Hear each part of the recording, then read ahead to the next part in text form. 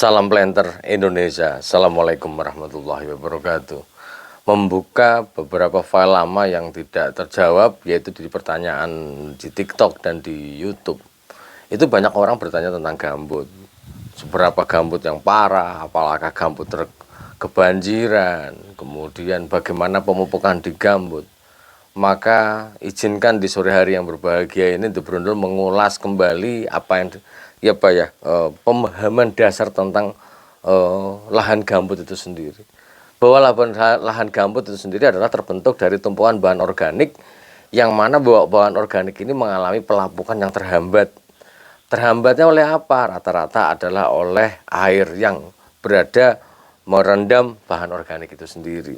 Sehingga kalau kita ngomongin gambut itu adalah tetap bahwa material yang ada adalah material organik. Sehingga ketika ketika dia teratuskan airnya, terhilangkan airnya, maka bahan organik akan memiliki laju dekomposisi yang relatif lebih cepat dibandingkan masih ada airnya. Ini yang pertama, bahwa isinya adalah tetap bahan organik. Ketika dia berkomposisi dengan daerah-daerah yang tergenang atau yang tidak tergenang sekalipun akan menghasilkan asam-asam organik. Maka yang namanya gambut pasti, sekali lagi pasti hukumnya bahwa pH-nya relatif asam atau agak asam. Karena bahwa gambut pH-nya sangat tergantung dari konsentrasi ion hidrogen akibat dari asam organik gambut itu sendiri ataupun yang lain. Tapi rata-rata banyak orang yang bertanya, Pak Pendi, ketika saya mau memiliki gambut pH-nya 5 atau 5,5 bagaimana? Udah sangat layak sekali untuk dilakukan pemupukan. Karena untuk mendapatkan pH gambut dengan pH 7, wah ini Allahu a'lam bishawab, sangat susah sekali. Jadi kalau kita misalnya memiliki gambut kemudian pH-nya 5 saja atau 5,5 saja, alhamdulillahirobbilalamin, maka sudah bisa dilakukan oleh menggunakan proses pemupukan yang seharusnya terjadi untuk lahan kelapa sawit kita. Itu pH-nya. Kemudian lahan gambut sendiri terbagi dari 3. Terbagi menjadi 3 berdasarkan fase pembentukannya. Di mana bahwa ada yang namanya fibris atau gambut mentah, hemis adalah gambut sedang, dan sapris adalah gambut matang. Di mana gambut-gambut ini ketika ada yang bertanya, Pak, ini gambut mentah itu kayak apa? Gambut sedang kayak apa? Gambut matang kayak apa? Maka sangat tergantung dari bahan yang membentuk dari gambut itu sendiri. Semakin dia dalam bentuk ranting, cabang, batang, akar yang masih utuh, itu relatif dia adalah gambut yang bersifat gambut mentah. Gambut mentah kemudian kita naik lagi, sudah mulai terdekomposisi dengan bentuk yang sudah tidak terdikenali lagi, tapi masih dalam bentuk yang kasar, maka dia adalah gambut yang sedang. Kalau gambut yang matang dia relatif sudah terdekomposisi atau terurai dengan menggunakan menjadi bagian-bagian yang sangat-sangat kecil sekali. Beberapa gambut matang justru malah kadang-kadang mengalami karakteristik gambut yang selanjutnya, bahwa gambut mengalami subsiden. Gambut mengalami penurunan muka gambut itu. Jadi gambut pada prinsipnya bahwa seringkali sahabat The Brondol ketika kita menanam di gambut itu kita berpikir tanamannya melayang, tanamannya naik ke atas itu. Padahal sebenarnya adalah tidak, bahwa salah satu karakter gambut atau karakter sifat gambut sendiri adalah mengalami subsiden ataupun penurunan muka gambut sendiri atau penurunan muka tanah. Hal ini disebabkan karena memang penurunan muka gambut ini karena adanya dekomposisi, dengan adanya biasanya bahan penyusun yang memang yang kasar kemudian menjadi halus, maka dia akan mengalami subsiden. Hal ini akan menjadi masalah bagi kelapa sawit ketika dia mengalami subsiden atau penurunan muka gambut dengan kondisi yang relatif parah, turunnya jauh banget Pak Pendi. Wah, ini akan menjadi faktor yang akan membuat cukup parah, karena tanaman akan relatif mudah tumbang, seolah-olah dia akan melayang-layang, akarnya di atas nih. Lah, maka oleh sebab itu untuk bisa menjaga supaya dekomposisi tidak berjalan sampai drastis banget, penurunan sampai drastis banget, maka kuncinya ada pada parit, pada jumlah air yang ada di dalam parit. Parit yang ada di lahan gambut, paritnya itu tidak boleh kosong blong, alias harus dijaga setidak-tidaknya ini permukaan gambut, maka airnya ditahan setidak-tidaknya 40 sampai 60 cm. Hal ini adalah untuk menjaga supaya air atau pemadatan gambut tidak terjadi secara parah yang berujung terhadap subsiden atau penurunan muka gambut itu sendiri. Ini yang harus kita pahami. Jadi gambut semakin lama semakin tua, semakin dekomposisi semakin bagus, maka semakin akan mengalami penurunan muka gambut. Kemudian sifat yang selanjutnya, ini sebenarnya sudah kita bahas ya. Sifat selanjutnya adalah sering terjadi, yaitu adalah irreversible. Irreversible adalah sebuah kondisi di mana bahwa partikel-partikel gambut ketika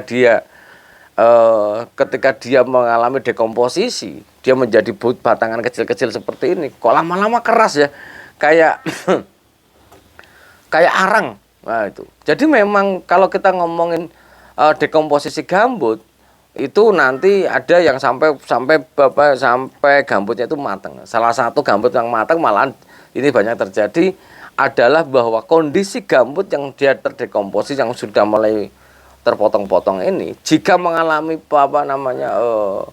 mengalami pengeringan, maka dia menjadi kering mutlak. Jadi gambut ini adalah pada dasarnya mampu, misalnya ini gambut, kemudian dia mampu kena air, dia mampu menahan air atau menyerap air dengan jumlah yang cukup besar.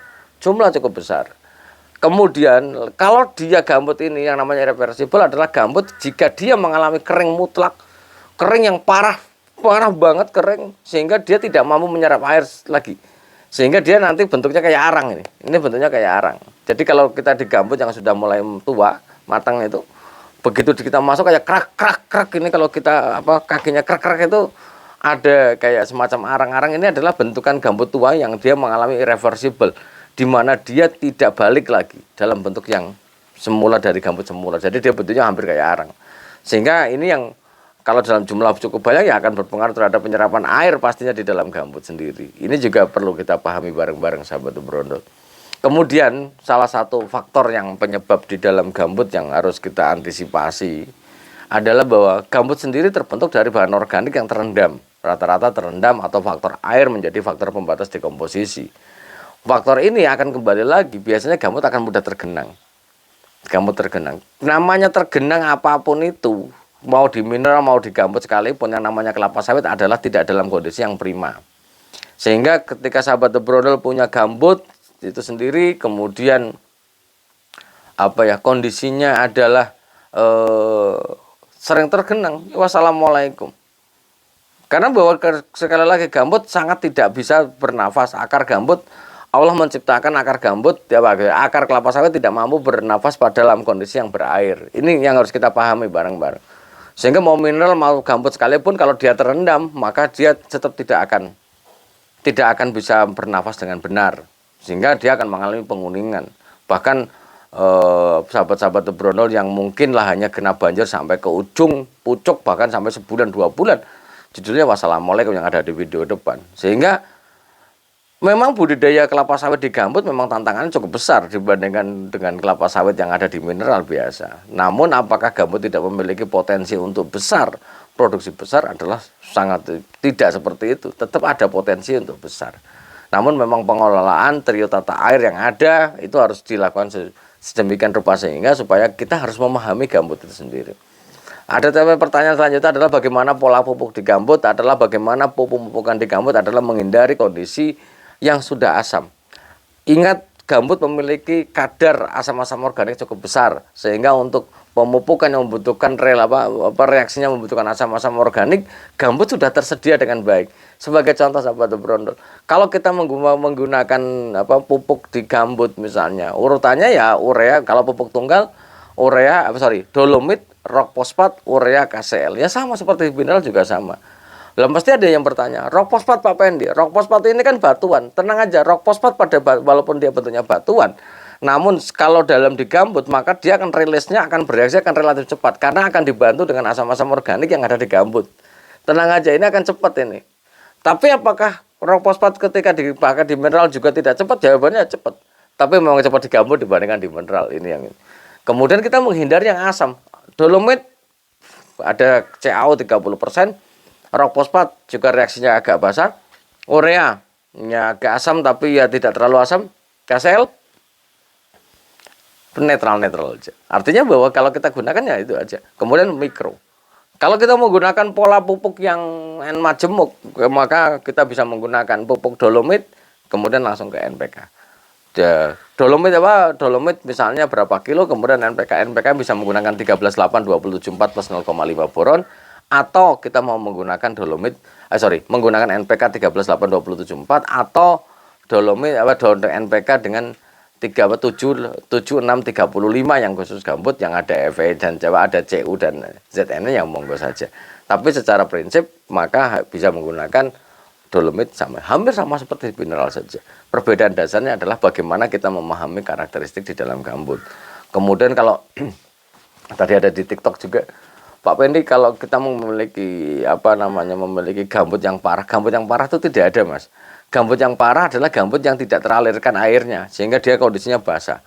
Kondisi yang basah pada gambut maka tidak akan memberikan sebuah ambang kondisi terbaik bagi penyerapan unsur hara dan air. Gambutnya wassalamualaikum kuning, pasti daunnya akan merangas. Mungkin itu sih yang dapat saya sampaikan pada kesempatan di siang hari di puasa pertama Ramadan ini. Semoga Allah memberikan kesehatan dan kebahagiaan dan masyarakat, dan mohon maaf kalau beberapa agak-agak mulai yang di sore hari bagian dari ibadah untuk berjuang di Ramadan pertama. Semoga bermanfaat bagi sahabat Brunel, dan salam planter Indonesia. Assalamualaikum warahmatullahi wabarakatuh.